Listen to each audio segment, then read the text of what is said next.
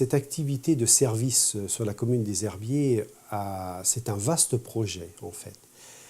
Ça a nécessité à peu près 800 heures de travail, 800 heures de service. L'idée, c'était de dégager une parcelle d'environ 2500 m² qui était envahie par les ronces, par les arbustes, par les haies. Nous avons dû tailler, couper les ronces.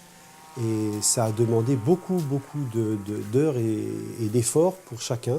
Alors bien entendu, tous nos jeunes y ont participé, de 12 à 18 ans. À chaque fois, ils étaient accompagnés par des adultes qui eux-mêmes ont reçu des consignes particulières qui ont été données par des gens de métier. Nous avions par exemple la présence de pompiers qui nous ont donné des consignes de sécurité à la fois pour l'utilisation du matériel qui aurait pu être dangereux, mais également pour veiller à ne pas détériorer la nature plus qu'elle l'était.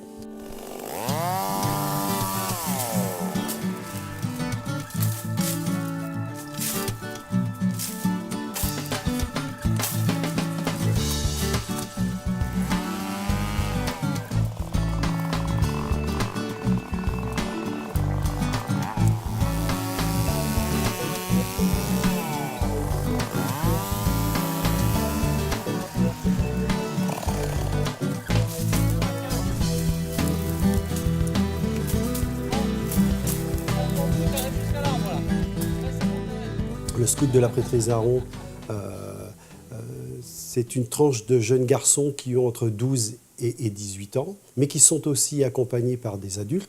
Donc toute cette génération, toutes ces générations travaillent ensemble pour un même but, et ça dégage une certaine valeur. Ça a aussi l'intérêt d'apprendre à nos jeunes garçons le service désintéressé, le service pour le service et non pas pour la rémunération.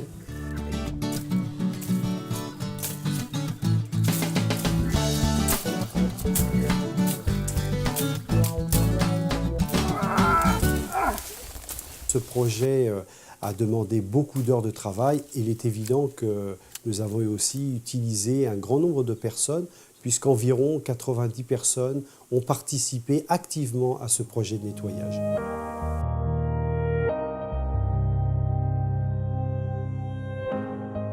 Nous nous sommes engagés auprès de la municipalité des Herbiers de nettoyer ce site. C'était un gros chantier. Ils ont été très impressionnés par le travail qui avait été accompli en relativement peu de temps.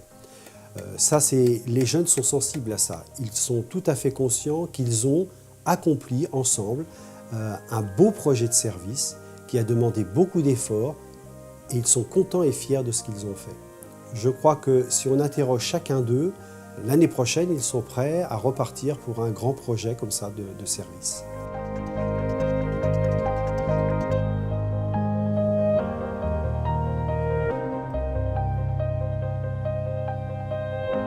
C'était un château très important jadis, en particulier au XVIIe, au moment où il a été fortifié, parce qu'il y avait le problème des guerres de religion qui ont été très sanglantes dans la contrée.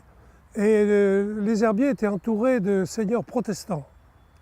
Et donc ils ont fait le coup de main contre le catholicisme, en particulier contre l'église des Herbiers qui a été interdite de culte catholique pendant 10 ans.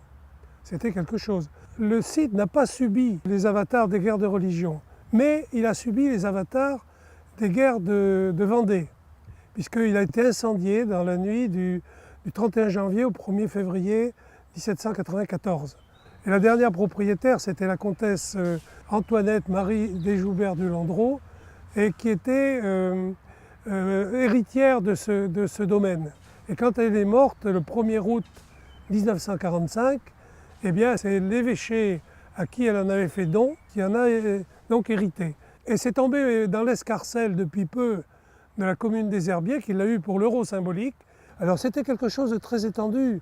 On a derrière nous une allée cavalière, et puis on a surtout l'entrée qui traverse la basse-cour, c'est-à-dire le lieu où résident tous les corps de métier. Le boulanger, le maréchal ferrant, les écuries, tout ce qui va servir à faire vivre le château. Et après, dans l'intérieur du quadrilatère entouré d'eau, c'est ce qu'on appelle la haute cour. dans laquelle réside le Seigneur et ses domestiques, et son personnel. C'est intéressant toujours de connaître ce qui s'est passé jadis, parce que le passé, pour moi, éclaire l'avenir. Le passé est toujours porteur d'avenir. Non pas qu'il faille toujours avoir les yeux dans le rétroviseur, mais il faut s'inspirer de ce qui s'est fait pour soit ne pas refaire les mêmes bêtises, soit accentuer les choses qui étaient bien autrefois.